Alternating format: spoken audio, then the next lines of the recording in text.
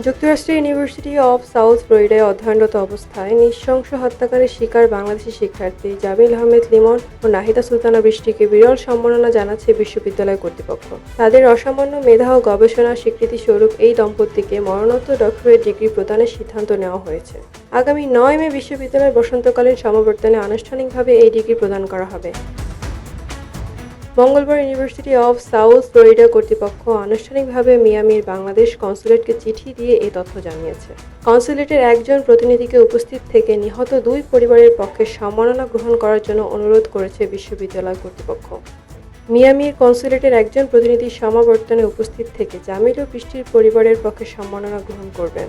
বুধবার ৬ মে দুপুর ২টায় টাম্পায় নাহিদা সুলতানা বৃষ্টির প্রথম জানাজা আয়োজন করা হয়েছে। ৭ মে বৃষ্টির মরদেহ ঢাকায় পাঠানো হবে। দুবাই হয়ে মরদেহ ঢাকায় পৌঁছাবে ৯ মে সকাল ৮টা ৪০ মিনিটে। গত ১৬ এপ্রিল তিনি নিখোঁজ হন। লিমনের সঙ্গে নিখোঁজ হন নাহিদা সুলতানা বৃষ্টি। নোয়াখালী বিজ্ঞান ও প্রযুক্তি বিশ্ববিদ্যালয়ের সাবেক শিক্ষার্থী নাহিদা সুলতানা বৃষ্টি যুক্তরাষ্ট্রে কেমিক্যাল ইঞ্জিনিয়ারিং নিয়ে পড়াশোনা করছিলেন। তাদের ফোন বন্ধ পেয়ে এবং কোনোভাবে যোগাযোগ করতে না পেরে পরিবারের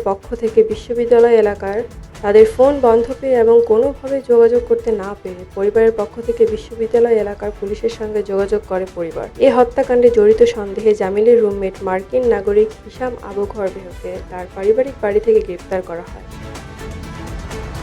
আবু ঘরবেহকে জিজ্ঞাসাবাদের পর গত ২৪ এপ্রিল ফ্লোরিডার হাওয়ার্ড ফ্রাঙ্কলিন ব্রিজের এলাকায় আবর্জনা ফেলার কালো রঙের কয়েকটি ব্যাগের মধ্যে জামিলের ক্ষত-বিক্ষত মরদেহ খুঁজে পাওয়া যায় বলে হিলসবরো কাউন্টি শেরিফের কার্যালয় থেকে জানানো হয়। এ ঘটনায় আবু ঘরবেহর বিরুদ্ধে সর্বোচ্চ মাত্রার হত্যার ২টি অভিযোগ দায়ের করা হয়েছে।